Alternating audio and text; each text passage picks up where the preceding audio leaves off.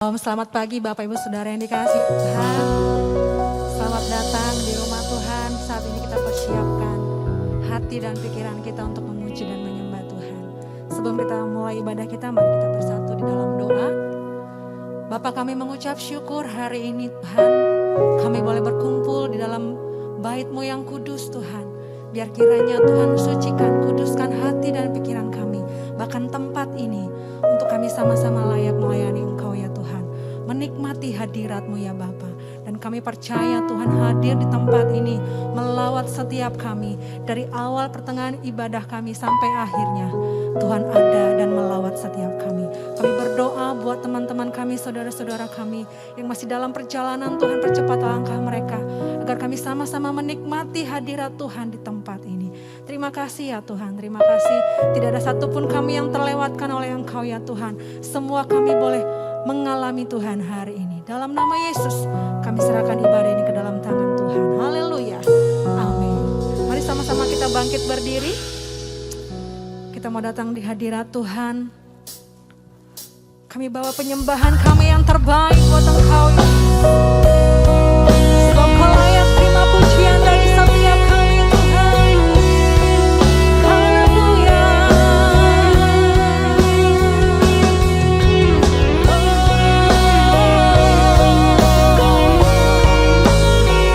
Sungguh besar anugerah-Mu Tuhan. Mari sama-sama katakan. Sungguh besar setiamu.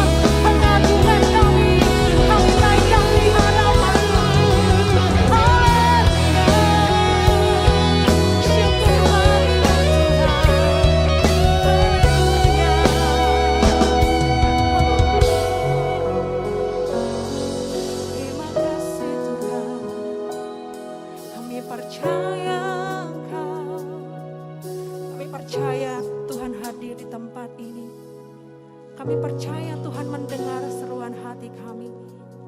Dan setiap kami yang hadir pada pagi hari ini akan menikmati lawatan Tuhan. Setiap engkau yang merindukan Tuhan, pastikan engkau bertemu dengan Tuhan saat ini. Dia ada di tempat ini. Dia siap melawat setiap hati kita.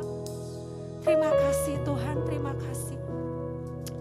Dan kami percaya Tuhan, engkau bertahta di setiap puji-pujian kami. Terpujilah nama Tuhan. Dan kami mau lebih lagi memuji dan memuliakan Engkau. Dalam nama Yesus, kami berdoa dan mengucap syukur. Yang percaya sama-sama katakan, amin. Berikan kemuliaan buat Tuhan kita. Berikan salam sehati kepada kiri kananmu. Tuhan mengasihimu. Haleluya, selamat datang buat Pak Suwito dan Tante Eti yang sudah ada bersama dengan kita. Kita mau sama-sama memuji Tuhan hari ini. Mari sama-sama katakan, Tuhan peranaiku. Haleluya. Bertepuk tangan bersama-sama buat Tuhan kita.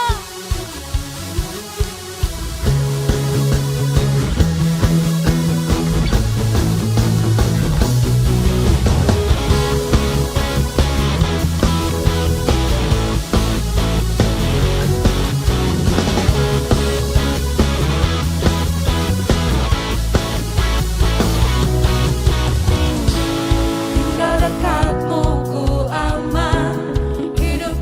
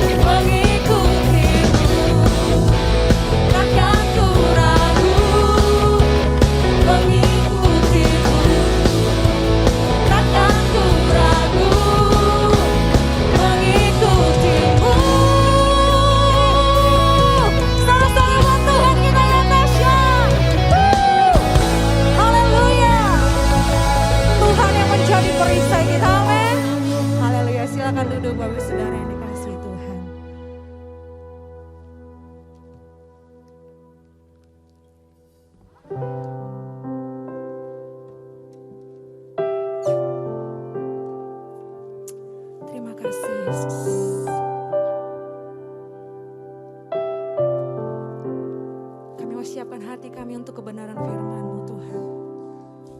Tuhan tahu isi hati kami. Tuhan tahu apa yang sedang kami pergumulkan. Biar lewat firman-Mu Tuhan yang kami dengar hari ini boleh menguatkan kami. Tidak ada satupun kami yang terlewat oleh lawatan Tuhan hari ini. Firman Tuhan berkata, pandanglah burung-burung di langit yang tidak menabur dan tidak menuai dan tidak mengumpulkan bekal dalam lumbung-lumbung, namun diberi makan oleh Bapamu yang di sorga. Bukankah kita jauh melebihi burung-burung itu? Dan mengapa kamu khawatir akan pakaian? Perhatikanlah bunga bakung di ladang yang tumbuh tanpa bekerja. Tuhan berkata, jangan khawatir. Apapun yang sedang kita alami hari ini, percaya Tuhan tahu dan Dia akan membuka jalan bagi setiap kita. Mari kita nyanyikan pujian ini sama-sama. Amin.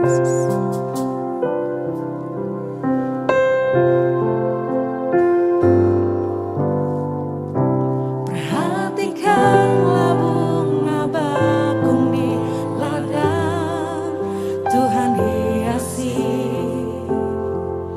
tanpa bekerja. Apalagi kita orang percaya, Tuhan pelihara.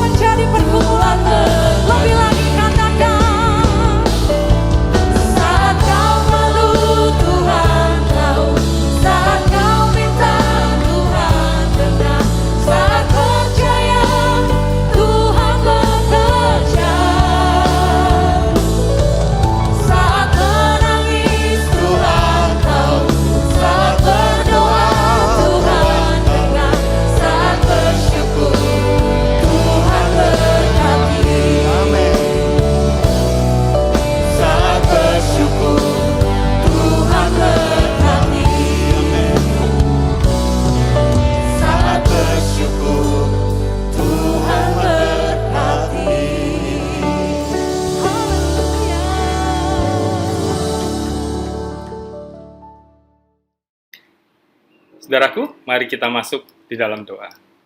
Tuhan Allah Bapa kami yang di surga, mengucap syukur Tuhan kalau kami masih diizinkan untuk bertemu, untuk beribadah bersama-sama walaupun masih secara online. Mari Tuhan, sekarang tiba saatnya buat kami untuk duduk diam, untuk mendengarkan suara-Mu. Mari Roh Kudus, urapi setiap dari kami, urapi hamba-Mu yang menyampaikan firman-Mu, supaya apa yang disampaikannya benar-benar merupakan kehendak dan isi hati-Mu buat kami. Urapi setiap dari kami, sehingga kami dapat mengerti apa yang menjadi kehendak dan isi hati-Mu buat kami, dan terutama kami dapat melaksanakannya dalam kehidupan sehari-hari, agar hidup kami makin lama makin berkenan di hadapan-Mu. Mari Tuhan, berbicaralah buat kami siap mendengar. Dalam nama Tuhan Yesus Kristus kami berdoa dan mengucap syukur. Haleluya. Amin. Shalom.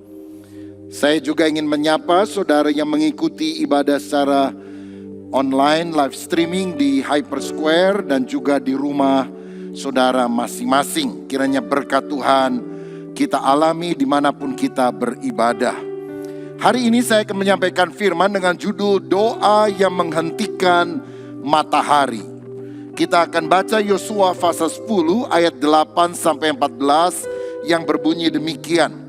Berfirmanlah Tuhan kepada Yosua, janganlah takut kepada mereka sebab aku menyerahkan mereka kepadamu. Tidak seorang pun dari mereka yang akan dapat bertahan menghadapi engkau. Lalu Yosua menyerang mereka dengan tiba-tiba setelah semalam-malaman bergerak maju dari Gilgal.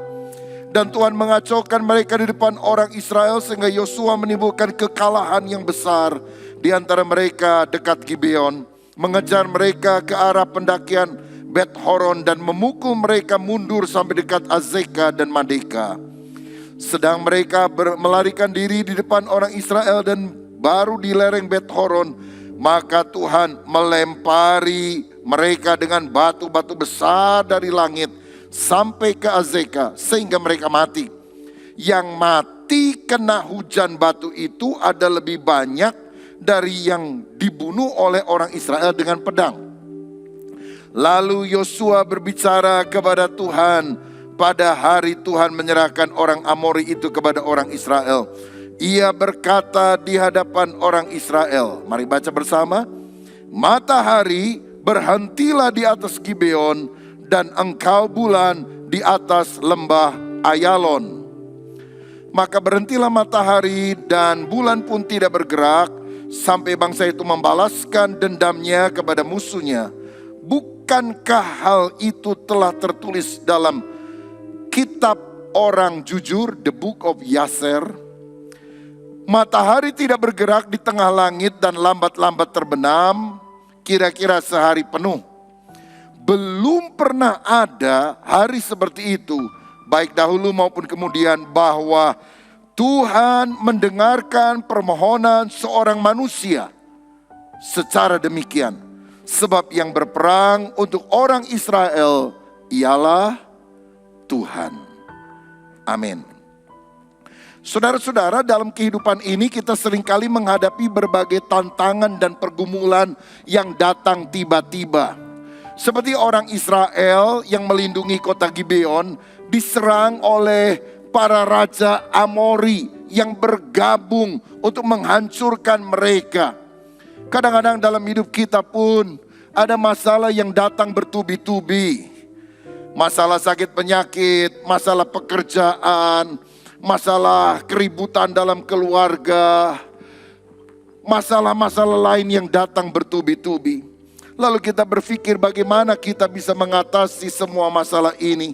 Mengapa Tuhan mengizinkan persoalan ini menimpa saya? Tapi kalau kita melihat dalam kebenaran firman, justru kemenangan itu diperoleh melalui peperangan. Justru mujizat sering terjadi karena ada masalah. Masalah mendahului mujizat. Tidak ada masalah, tidak ada mujizat. Masalahnya kecil, mujizatnya kecil. Masalahnya sedang, mujizatnya sedang. Masalahnya besar, mujizatnya juga akan besar. Jadi kalau hari ini saudara sedang menghadapi masalah yang besar, percayalah mujizat besar juga akan saudara alami, yaitu orang yang percaya kepada kuasa Tuhan. Siapa yang setuju berikan tepuk tangan yang meriah untuk Tuhan kita. Nah, di dalam ayat ini ada sebuah mujizat yang sangat spektakuler yang dicatat di dalam Alkitab. Yosua bisa menghentikan matahari. Ini doa yang sangat luar biasa. Nah, ada banyak penafsiran yang berbeda-beda kenapa matahari bisa berhenti. Sebab menurut catatan secara ilmiah kan kalau matahari berhenti ini bisa kiamat, saudara sekalian. Apa yang dimaksudkan dengan matahari berhenti? Ada yang berkata bahwa sebetulnya matahari tetap bergerak tapi lambat-lambat seperti yang dikatakan oleh Alkitab. Tetapi beberapa berkata sebetulnya kan bukan matahari yang berputar mengelilingi bumi. Bumi lah yang berputar mengelilingi matahari, berotasi. Jadi tampaknya bumi yang agak lambat bergerak. Tetapi ada pandangan yang lain yang berkata tampaknya ini seperti ada gerhana matahari, sehingga matahari itu seperti ada cincin di sekitarnya yang masih memancarkan cahaya setelah sekian puluh jam kemudian. Ada pandangan lain yang berkata ini cuma cerita dongeng, Alkitab itu nggak mungkin benar. Saudara, ada bermacam-macam tafsiran yang sampai hari ini pun belum mencapai kata sepakat tentang bagaimana mujizat ini terjadi. Tetapi saya percaya intinya adalah ini, bahwa kita punya Allah yang bisa melakukan sesuatu yang tidak bisa dilakukan oleh manusia. Kita memiliki Allah yang menciptakan hukum alam, tapi dia tidak pernah dipengaruhi oleh hukum alam ciptaannya. Dia bisa mengintervensi hukum alam itu dan melakukan apa yang disebut mujizat oleh karena kedaulatannya. Dan saya percaya sampai hari ini, ketika kita sungguh meminta kepada Tuhan, Allah bisa melakukan yang saudara tidak bisa lakukan, karena Dia adalah Allah yang berkuasa. Menghentikan matahari berarti berdoa untuk menantang kemustahilan. Saya rasa saudara tidak perlu menghentikan matahari, tapi mungkin ada kemustahilan yang sedang menantang hidup saudara. Mungkin beberapa sakit atau anggota keluarganya sakit parah. Dan kita perlu berdoa supaya Tuhan menyembuhkannya. Mungkin ada di antara kita yang masih terikat dosa, belum bisa lepas walaupun sudah berusaha. Mengapa engkau tidak berdoa kepada Allah yang menciptakan langit, bumi dan matahari untuk Dia memberikan kemenangan bagi kita? Mungkin saudara membutuhkan pemulihan di dalam keluarga karena hubunganmu suami istri hampir retak, di ambang perceraian. Relasimu dengan anak tidak baik, anak-anakmu memberontak. Rasanya sulit, kita sudah ngomong baik-baik, sudah marah, sudah berunding, hopeless. Mengapa engkau tidak berdoa menghentikan matahari dalam hidupmu? Artinya meminta Tuhan campur tangan dan berkata, Tuhan, hanya Engkau yang bisa mengerjakannya bagiku. Mungkin saudara membutuhkan terobosan di dalam pekerjaan secara finansial, diberkati oleh Tuhan secara ekonomi. Saya yakin sampai hari ini Tuhan masih bisa mendengar permintaan kita dan mengabulkan doa-doa kita yang percaya kepadanya. Siapa yang rindu mengalami terobosan, mustahil menjadi mungkin di dalam Tuhan, boleh berikan kemuliaan untuk nama Tuhan. Saya di sini melihat ada 3 kunci bagaimana kita bisa menghentikan matahari, menantang kemustahilan. Yang pertama, kita harus berpegang pada firman Tuhan. Yosua 10 ayat 8 tadi, berfirmanlah Tuhan kepada Yosua, janganlah takut kepada mereka, sebab aku menyerahkan mereka kepadamu. Tidak seorang pun dari mereka yang akan dapat bertahan menghadapi engkau. Kenapa Yosua berani? Kenapa Yosua optimis? Kenapa Yosua bersemangat untuk mengalahkan musuh-musuhnya? Bukan karena dia memompa diri dan berkata, kamu bakal menang, kamu bakal menang. Dia tidak mensugesti diri. Kekuatan itu datang Karena Tuhan Allah berfirman kepadanya, jangan takut. Hari-hari ini banyak motivator yang memberikan kata-kata motivasi. Boleh-boleh saja, bagus-bagus saja. Tapi saya mau katakan hanya firman Tuhan Sang Pencipta yang benar-benar bisa memberikan keyakinan kepada kita. Peribahasa itu satu kali gak ada artinya dibandingkan dengan firman. Gak ada orang yang menjelang ajalnya berkata kepada saya, Pak Pendeta, tolong bacakan untuk saya peribahasa. Dan saya berkata, di mana ada kemauan, di situ ada jalan. Berakit-rakit ke hulu, berenang-renang ke tepian. Bersakit-sakit dahulu, mati kemudian.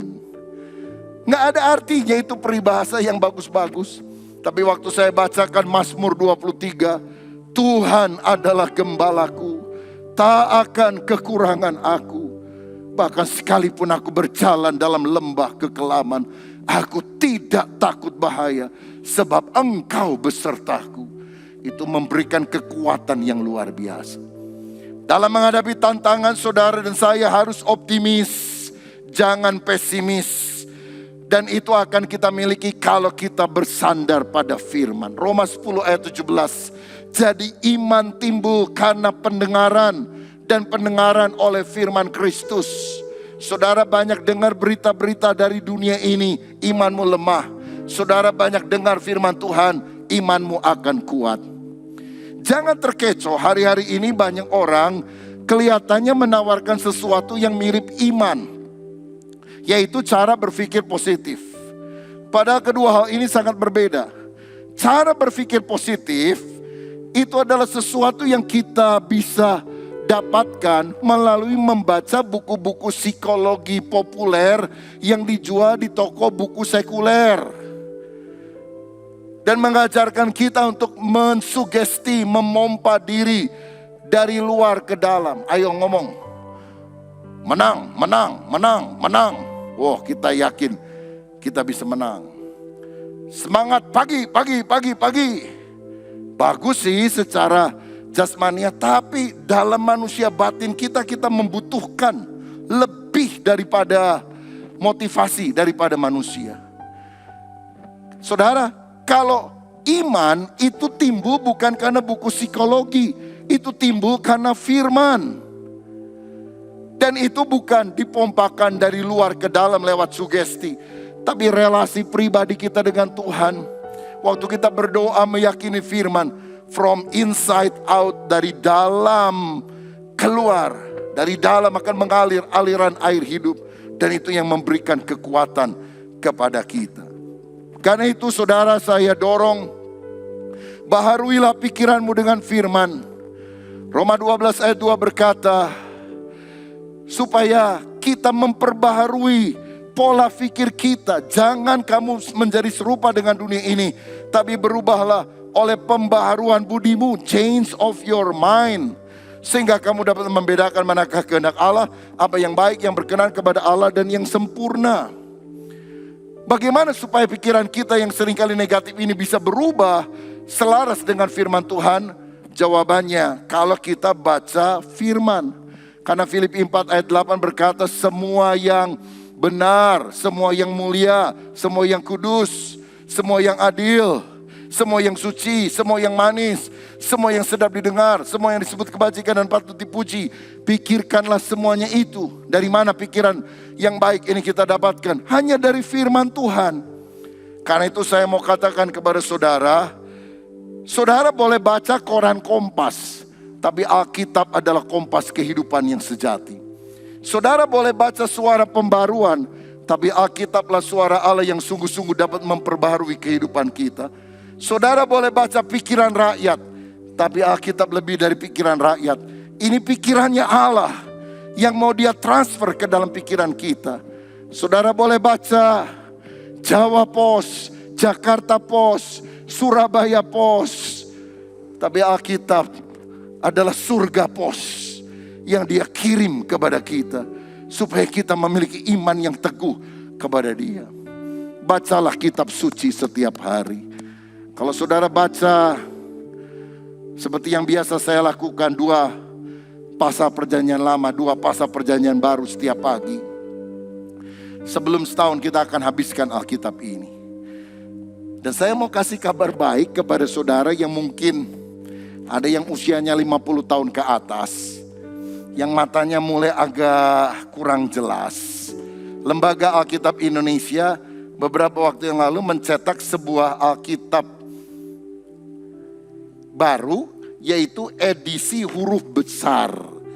Jadi ini yang paling gede untuk Alkitab pribadi, kecuali Alkitab mimbar, itu lain saudara. Saya terus terang, kalau khotbah selalu pakai tab karena ada catatan yang ada. Dan juga PowerPoint yang saya lihat. Tapi kalau pribadi, waktu pagi saya lebih suka baca Alkitab cetak, saudara. Karena kalau pakai tab, apalagi pakai HP, suka ada gangguan. Tiba-tiba ting, masuk WA.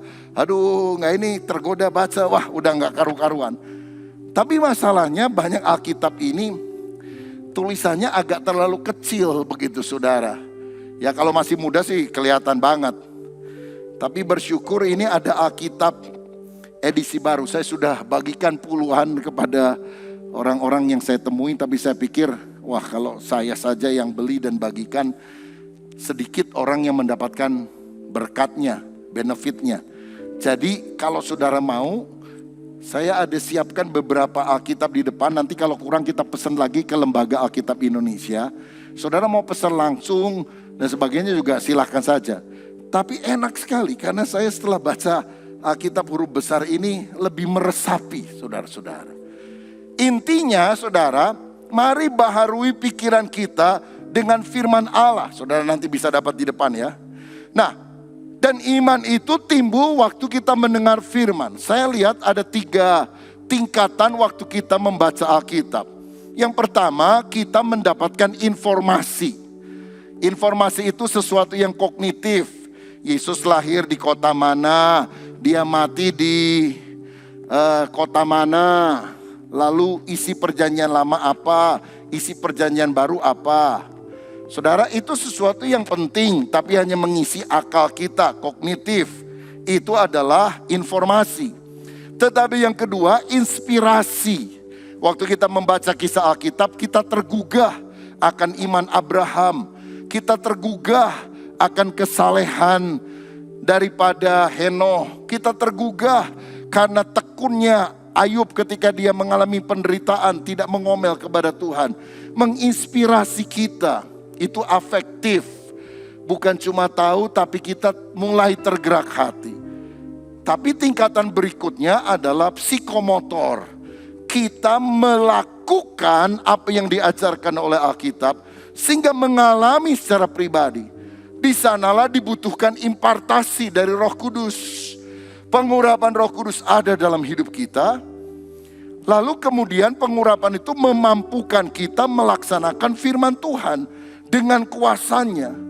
Sehingga Alkitab itu bukan hanya tercatat dalam buku atau kita dengar lewat khotbah dan kesaksian. Katanya Tuhan hebat loh. Katanya Tuhan bisa menyembuhkan loh. Kamu pernah ngalami? Enggak sih, katanya gitu. Faktanya, nyatanya, ya saya enggak pernah ngalami. Tapi kalau saudara mengalami informasi, inspirasi, bahkan impartasi karena kuasa Roh Kudus, engkau ngalami secara pribadi. Alkitab menunjukkan bahwa Allah yang kita sembah itu adalah Yehova Jireh, Allah yang menyediakan segala kebutuhan kita. Banyak kisah-kisah menceritakan tentang hal itu. Kalau saudara sungguh berpegang pada firman, lagi saudara kepepet, gak punya duit sedikit pun, engkau doa sama Tuhan. Ada orang caranya gimana, dia juga gak ngerti. Kirim berkat untuk saudara. Sehingga kau bilang, aduh Tuhan itu gembala yang baik ya. Tuhan itu penyedia yang luar biasa. Berapa minggu yang lalu, setelah doa pagi-pagi baca Alkitab, saya kok ingat seorang rekan hamba Tuhan.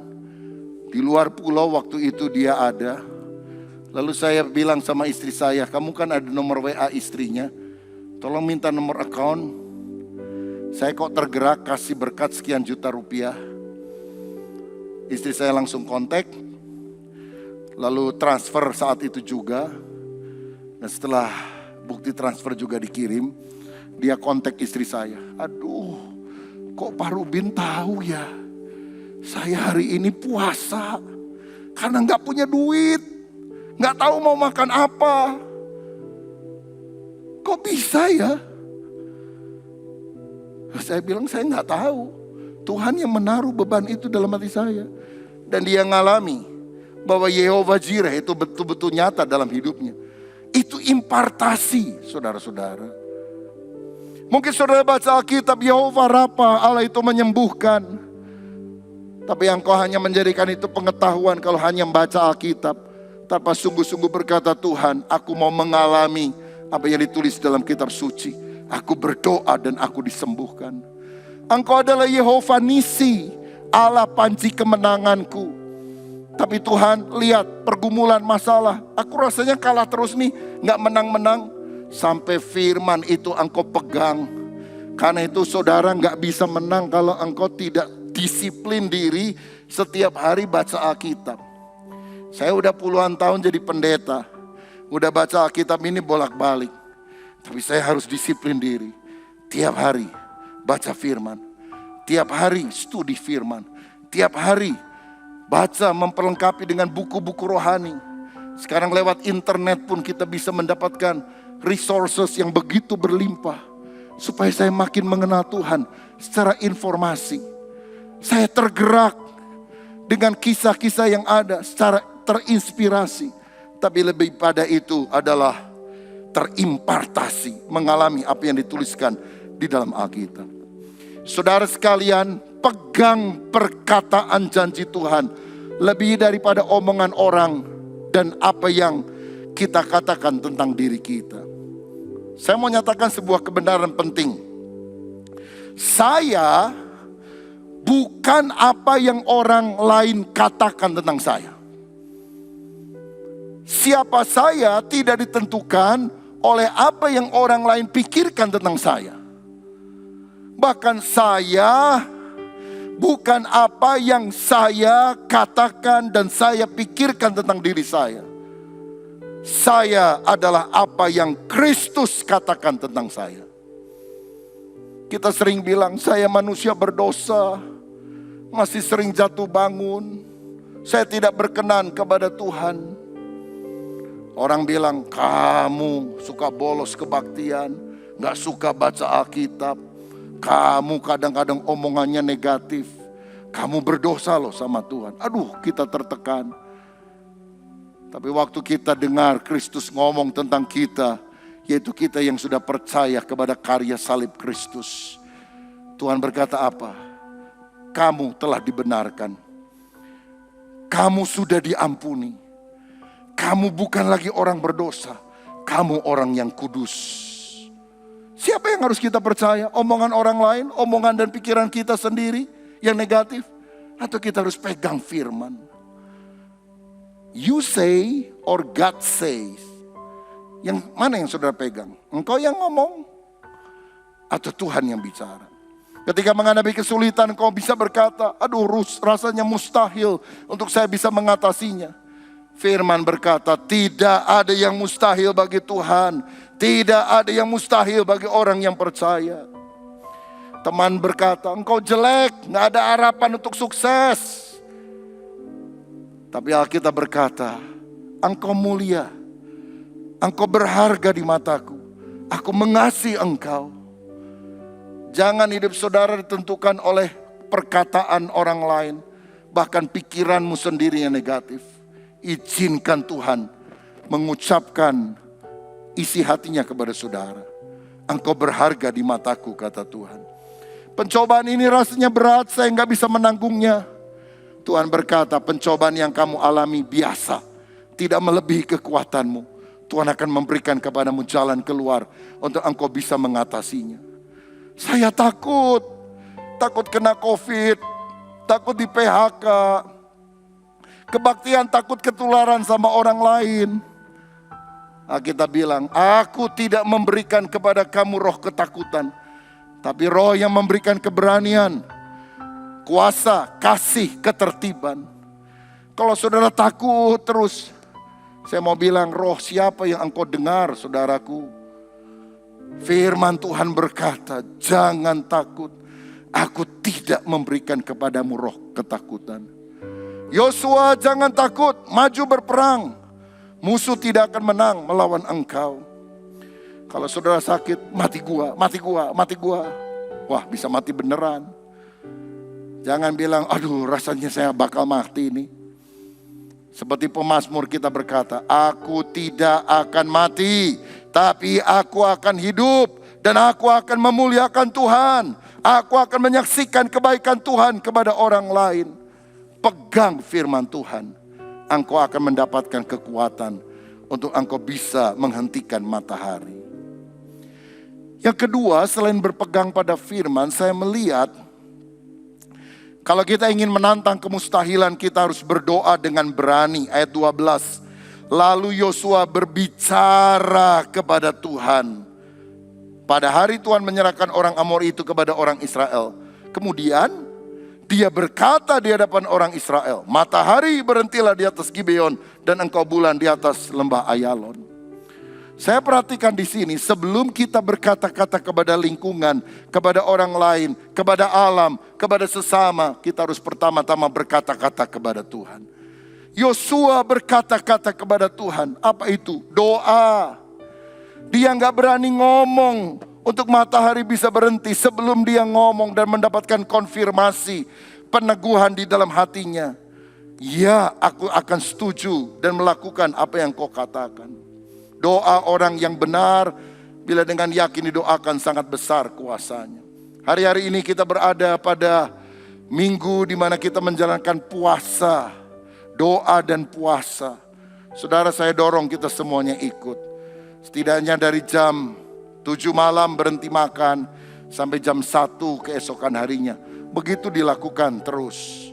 Apakah puasa total atau puasa tapi hanya minum air, itu pilihan saudara. Tapi gunakan waktu untuk baca banyak firman dan berdoa kepada Dia. Bicara dulu kepada Tuhan, baru engkau bisa menghentikan badai, baru engkau bisa menghentikan matahari, baru engkau bisa berbicara kepada lingkunganmu. Yeremia 33 ayat 3 berkata demikian, berserulah kepadaku, maka aku akan menjawab engkau dan akan memberitahukan kepadamu hal-hal yang apa? Besar dan yang tidak terpahami, yakni hal-hal yang tidak kau ketahui. Kalau saudara berdoa, Tuhan bilang, aku akan beritahukan hal yang besar. Engkau tidak paham, di luar jangkauan pemikiranmu. Hal-hal yang tidak kau ketahui, apa yang tidak pernah dilihat mata, tidak pernah didengar telinga, bahkan tidak pernah timbul dalam hati, Tuhan sediakan bagi setiap orang yang mengasihi Dia, yang mendoakan doa yang besar, doa yang berani. Jangan cuma doa, Tuhan, tolong jerawat saya Tuhan, sembuhin. Tuhan, keriput nih Tuhan, gimana ya keriputnya? Tuhan itu terlalu besar hanya untuk ngurusin jerawat saudara. Oh Tuhan tentu bisa menyembuhkan kita termasuk jerawatmu. Tapi mengapa kita tidak doakan perkara yang besar? Doakan perkara-perkara besar dalam hidup saudara. Itu menunjukkan saudara menghargai Tuhan. Ada seorang prajurit Prancis satu kali datang kepada Napoleon Bonaparte, pemimpin mereka. Dan dia meminta satu hal yang besar, saudara. Dan ketika mendengar permintaan itu, kepala pasukan marah sekali kepada prajurit ini. Dia bilang, kurang ajar nih orang. Tetapi Napoleon berkata, stop. Kasih apa saja yang dia minta tadi. Lalu dia ditanya sama kepala pasukan, kenapa Pak? Kenapa Jenderal? Dia bilang, dia menghargai saya. Dia minta perkara yang besar kepada saya. Sebab kalau dia minta sama kamu, kamu tidak bisa memenuhinya. Karena itu dia langsung bicara kepada saya, minta perkara besar. Dia menghargai saya.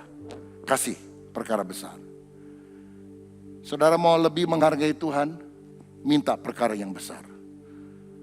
Kalau kau hanya minta hal-hal yang kecil, yang nalarmu bisa, oh gaji saya sekian, kalau saya ini dapat untung sekian dan sebagainya. Boleh, gak apa-apa. Engkau minta kecil dapat kecil, engkau minta sedang dapat sedang, engkau minta besar dapat besar. Gak ada perbedaan untuk Tuhan mengabulkan doa kecil atau doa besar. Karena itu mengapa saudara tidak minta hal-hal yang besar? Bukan untuk diri kita, supaya kita serakah, tidak. Tapi ini untuk menunjukkan kemuliaan Tuhan. Jadi berkat, jadi dampak bagi orang lain. Doakan perkara besar. Dalam 1 Tawarikh 4 dikisahkan ada seorang yang diberi nama ibunya Yabes. Karena ibunya menderita kesakitan ketika melahirkannya. Anak sial, anak yang gak bawa untung. Tetapi pada ayat 10 dari 1 Tawarikh 4, ini yang dilakukan oleh Yabes.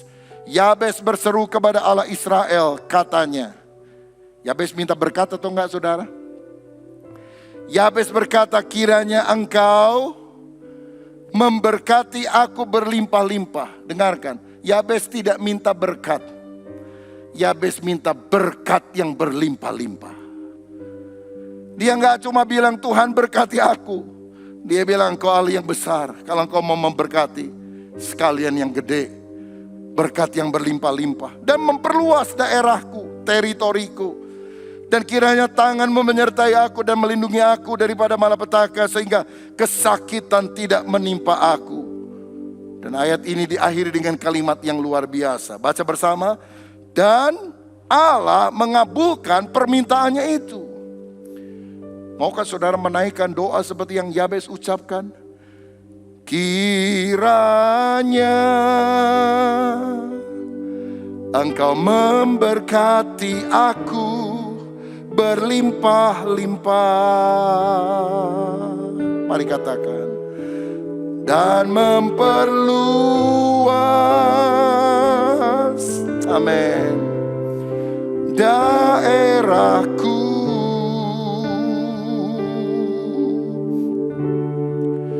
Dan kiranya engkau memberkati aku dan melindungi aku daripada malapetaka, sehingga kesakitan tidak menimpa aku. Tuhan mendengarkan. Tuhan mendengarkan dan menjawab doaku. Siapa yang percaya berikan kemuliaan untuk Tuhan. Dalam Markus 11 ayat 23-24 firman Tuhan berkata demikian.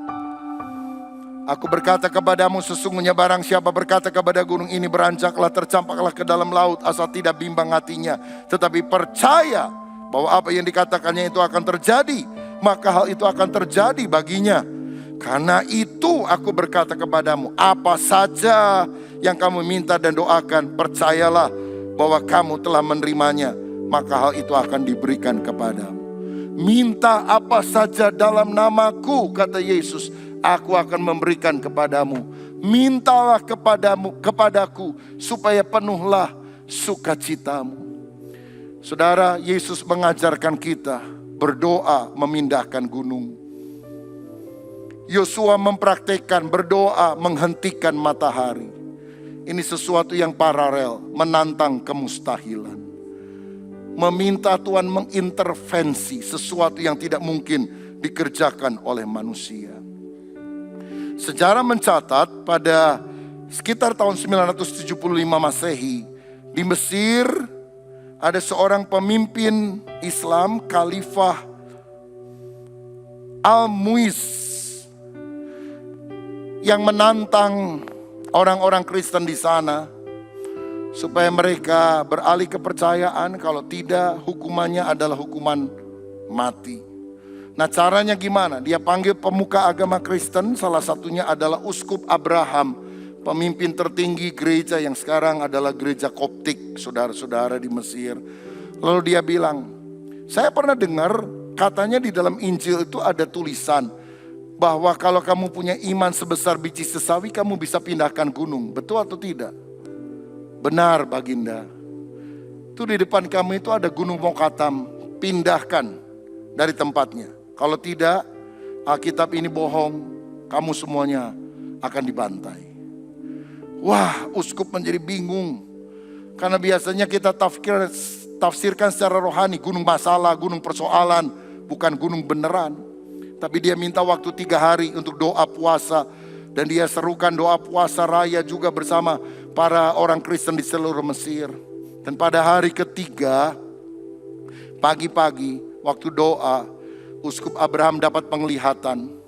Dan dalam penglihatan itu Tuhan menyuruh dia untuk mencari dan menemukan seorang yang matanya sisa satu. Namanya Simon, si penyamak kulit.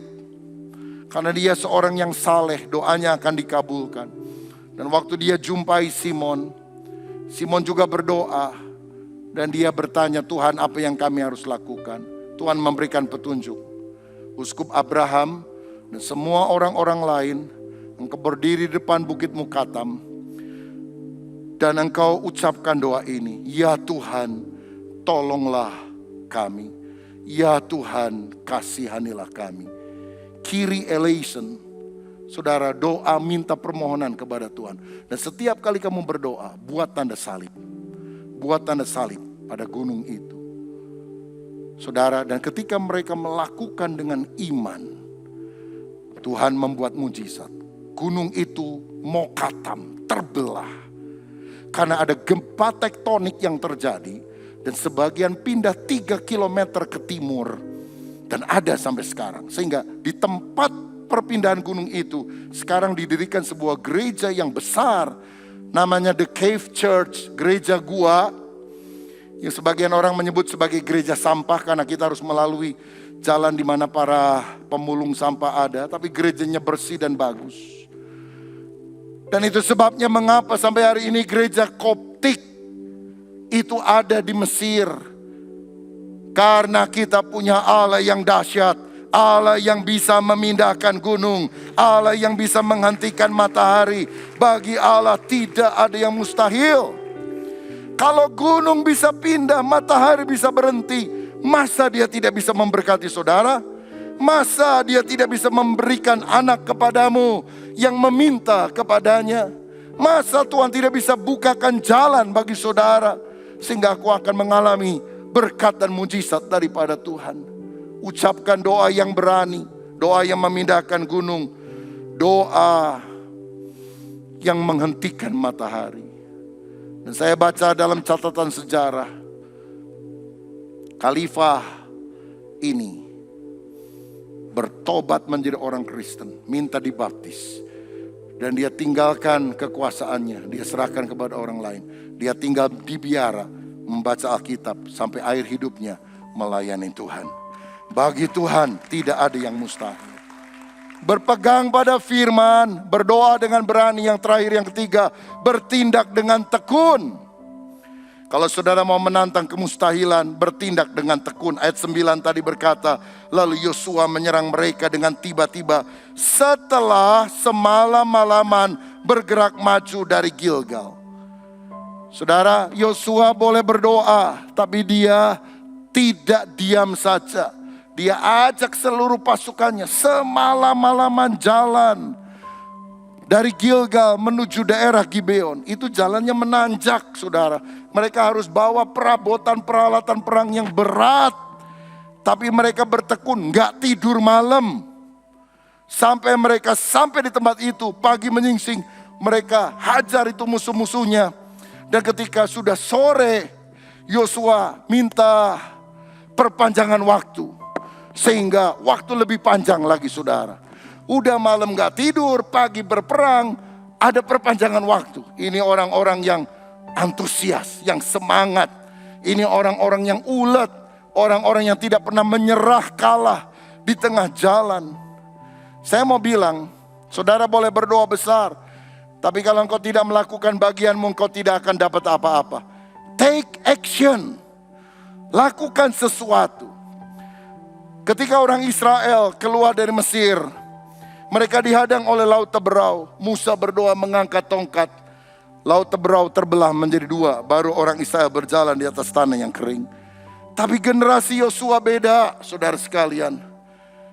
Yosua melihat sungai Yordan menghadang mereka. Mereka tidak bisa masuk tanah Kanaan. Dia mungkin sudah berlutut berdoa, sungainya juga tidak terbelah. Tapi apa yang terjadi? Dia bilang kepada imam-imam orang Lewi, kamu angkat itu tabut perjanjian. Kamu berjalan paling depan. Kamu maju walaupun sungainya sedang banjir. Dan ketika mereka take action, sungainya terbelah menjadi dua. Saya mau katakan, kita berada, kalau boleh dibilang, pada generasi Yosua, di mana kalau saudara tidak melangkah, mujizat belum terjadi. Sebelum Simon Petrus keluar melangkahkan kakinya dari perahunya yang nyaman, dia tidak akan pernah bisa jalan di atas air. Take action. Niat yang terbesar kalah oleh usaha yang terkecil. Jangan terlalu banyak takut lalu mikir bertahun-tahun dan kau tidak melakukan apapun. Usaha yang paling kecil lebih bagus dari niat saudara yang paling besar. Maukah saudara menjadi bagian dari jawaban doa? Kalau engkau berkata, Tuhan berkati saya, itu berarti saudara mesti bekerja. Sebab Tuhan tidak kasih berkat langsung gedebuk dari sorga, tapi melalui pekerjaan. Kalau saudara berkata, Tuhan jadikan saya orang pintar, saudara harus belajar. Tuhan tolong supaya saya nggak terlalu gemuk. Saya mau turun berat badan, diet, puasa. Jangan lihat makanan, haleluya. Jangan jadi daging, jadi berkat saja. Ada tanggung jawab yang kita harus lakukan. Tuhan, saya masih jomblo, kasih saya istri yang takut akan Tuhan, wanita yang saleh. Jangan ke disko terus. Tapi pergi ke gereja, karena lebih banyak kemungkinan wanita yang saleh ada di dalam gereja mestinya. Ikuti komsel, masuk pelayanan, saudara lihat sifat-sifatnya. Mungkin Tuhan sediakan jodohmu di sana. Tuhan, anak saya supaya jadi pintar dan takut akan Tuhan. Ajar dia mengerjakan PR-nya, belikan buku-buku yang bermanfaat. Setelkan televisi waktu dia ikut sekolah minggu secara online, atau antar anakmu setelah onsite nanti. Harus ada bagian yang kita lakukan. Jangan hanya berdoa lalu pasif, saudara sekalian. Dan saya mau katakan, kalau kita berdoa dan melakukan bagian kita, maka Tuhan akan melakukan bagiannya. Mengerjakan yang lebih besar dari yang kita bisa lakukan. Karena ayat 11b, ketika mereka mulai mengejar musuh, mulai akan berperang melawan musuh, Tuhan menghujani musuh dengan hujan batu yang besar. Kelihatannya ada hujan es. Esnya bukan sebesar kelereng. Saudara mungkin pernah ngalami itu di kota ini. Tapi esnya sebesar batu-batu besar, mungkin 10 kilo, 20 kilo. Lebih banyak orang yang mati karena ditimpa hujan es daripada yang dibunuh oleh orang Israel. Saya mau bilang, kalau engkau berdoa dengan tekun, melakukan langkah yang tekun, dan engkau berdoa kepada Tuhan, berharap kepada Tuhan, Tuhan akan mengerjakan sesuatu yang lebih besar yang kau bisa kerjakan dengan tanganmu. Karena Allah akan melakukan kemurahan hati dan mujizat ketika engkau dengan setia melakukan bagian saudara. Dan kebenaran yang lain yang saya pikirkan adalah gini. Mengapa Yosua minta matahari berhenti? Karena dia merasa tugasnya untuk mengalahkan musuh belum tuntas. Itu musuh masih banyak. Sebentar lagi gelap, kita nggak bisa lihat mereka. Tuhan kasih perpanjangan waktu agar aku tuntaskan tugasku. Saya mau bilang, maukah engkau hari ini berdoa menghentikan matahari? Tuhan, berikan aku kesempatan lebih panjang untuk aku bisa menuntaskan tugasku. Tuhan, berikan aku kesempatan lebih panjang untuk aku bisa melayani Tuhan. Untuk aku bisa menjadi berkat bagi orang lain. Untuk aku bisa menjadi alat kemuliaan-Mu. Saudara jangan hanya berkata, cukuplah udah gini-gini aja hidup. Saudara boleh pilih hidup biasa-biasa atau hidup yang luar biasa. Itu tergantung daripada doamu. Kenapa Yosua minta matahari berhenti? Agar dia bisa menuntaskan tugas yang dia yakini Tuhan masih akan berikan kepadanya. Bersyukur Tuhan sudah menuntun kita sampai hari ini.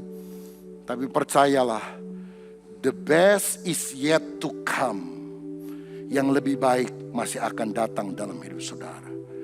Yang terbaik masih akan diberikan Tuhan kepada saudara. Yang terbaik masih Dia siapkan. Rencana Tuhan dalam hidup saudara jauh lebih besar dari apa yang kau sudah alami sekarang. Karena itu, hentikan matahari. Izinkan engkau menuntaskan tugasmu. Saya merasa bahwa gedung ini ada sebagai jawaban Tuhan ketika kita berdoa dalam tanda kutip menghentikan matahari. Satu kali waktu saya berulang tahun, pagi itu saya berdoa bersyukur kepada Tuhan. Dan saya bilang, Tuhan kalau boleh di hari ulang tahun saya minta kado dari Tuhan. Saya jarang melakukan itu. Karena Tuhan sudah lebih dahulu memberkati dalam segala hal. Tapi hari itu saya minta. Kadonya adalah ini, izinkan saya, perkenankan saya. Untuk bisa membangun sebuah gedung gereja yang besar. Yang bisa memuat ribuan orang sekali ibadah. Saya tahu bahwa Daud punya kemampuan, tapi kalau tidak diperkenan Tuhan gak bisa.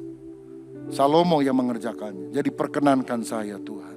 Tapi engkau tahu saya tidak punya uang, saya tidak punya tanah. Tapi aku percaya bagimu tidak ada yang mustahil. 10 hari kemudian kita dengar ada tanah di sini yang dijual, saudara-saudara. Kita duit gak punya.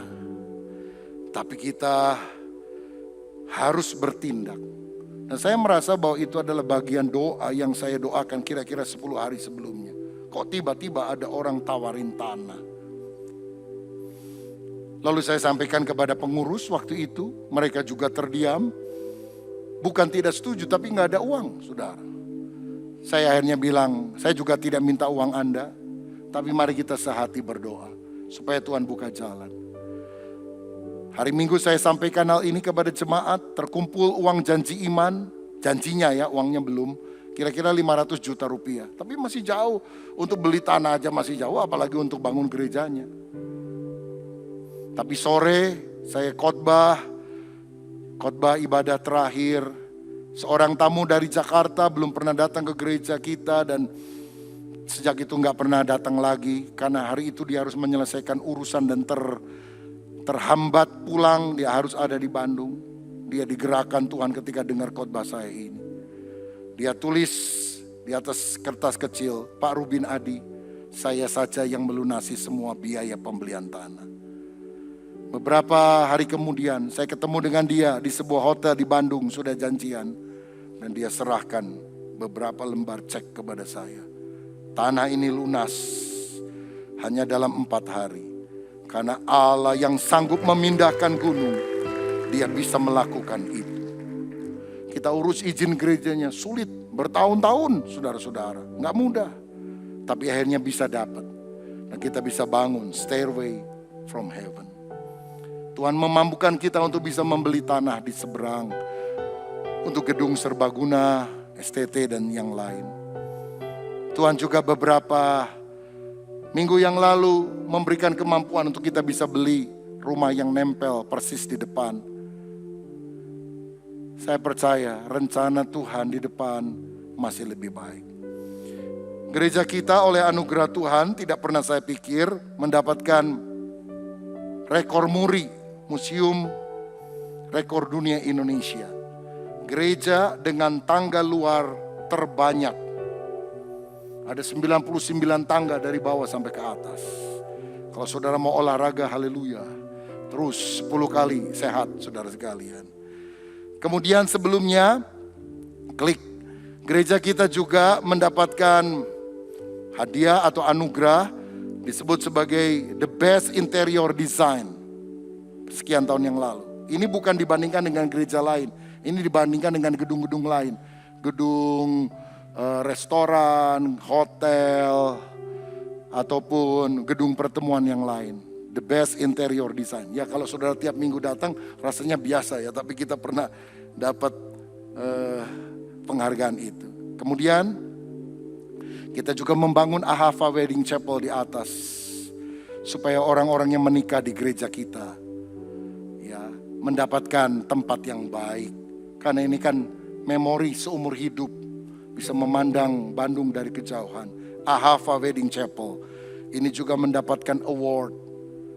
The best public area sekian tahun yang lalu. Kita nggak pernah menduga, kita hanya melakukan bagian kita. Dan Tuhan memberikan yang lebih daripada yang kita harap. Ada seorang hamba Tuhan yang pernah berkata demikian. Expect great things from God. Attempt great things for God. William Carey berkata ini. Harapkan perkara Tuhan dari perkara besar dari Tuhan. Usahakan perkara-perkara besar untuk Tuhan. Sekali lagi, harapkan perkara-perkara besar dari Tuhan.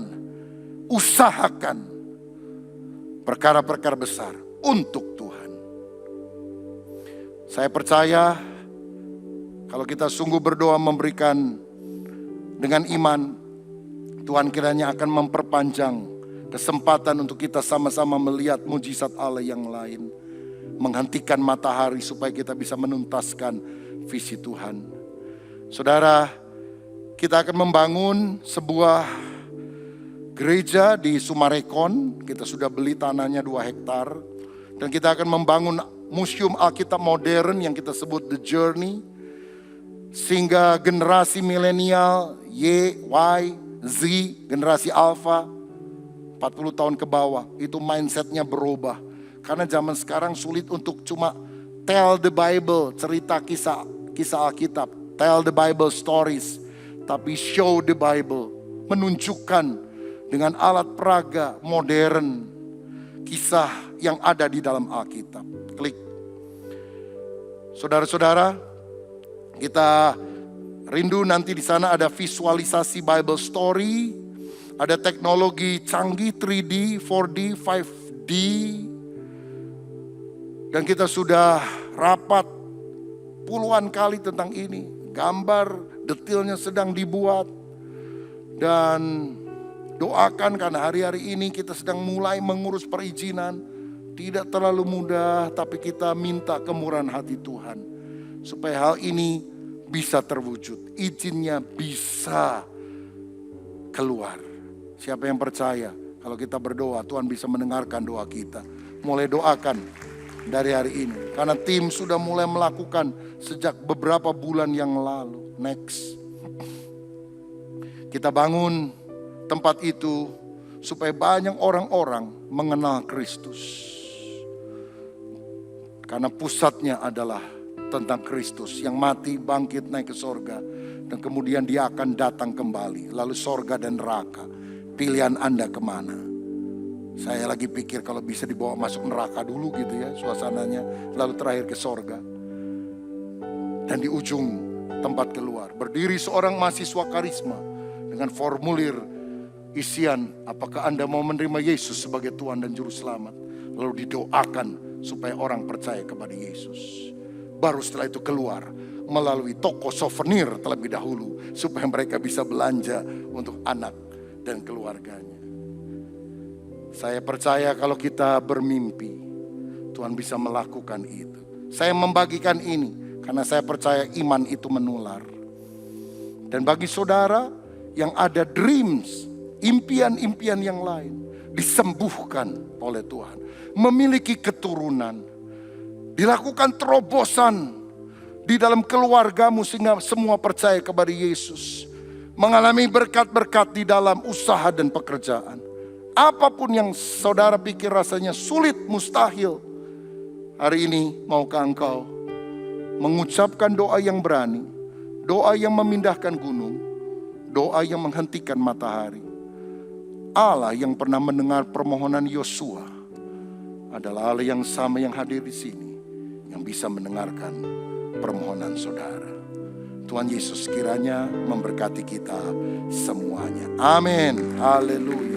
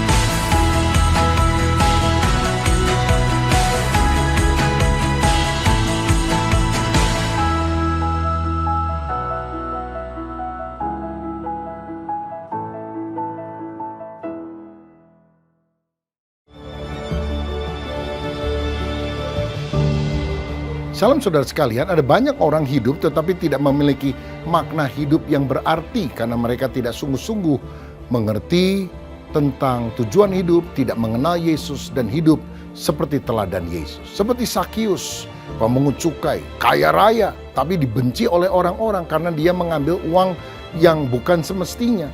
Tetapi setelah ketemu dengan Yesus, dia bertobat, dia diselamatkan. Dan hasilnya apa saudara? Dia bilang, orang yang sudah kurugikan, aku ganti 4 kali lipat dan setengah harta aku bagikan kepada orang miskin. Dan dia merasa begitu gembira, begitu berarti karena hidup yang selama ini selfish, egois, telah menjadi hidup yang berguna untuk banyak orang karena dia sudah berjumpa dengan Yesus.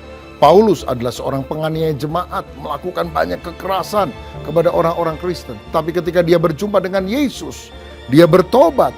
Dia menjadi penulis hampir setengah kitab perjanjian baru. Dia menjadi pemberita Injil, menanam banyak gereja di mana-mana. Dan hidupnya berguna. Saudara, milikilah hidup berguna. Bukan ketika engkau mengejar kekayaan, tetapi ketika engkau melayani Tuhan, Raja di atas segala raja. Engkau berguna bagi banyak orang. Dan itulah yang membuat kita bahagia dalam hidup ini. Tuhan Yesus memberkati.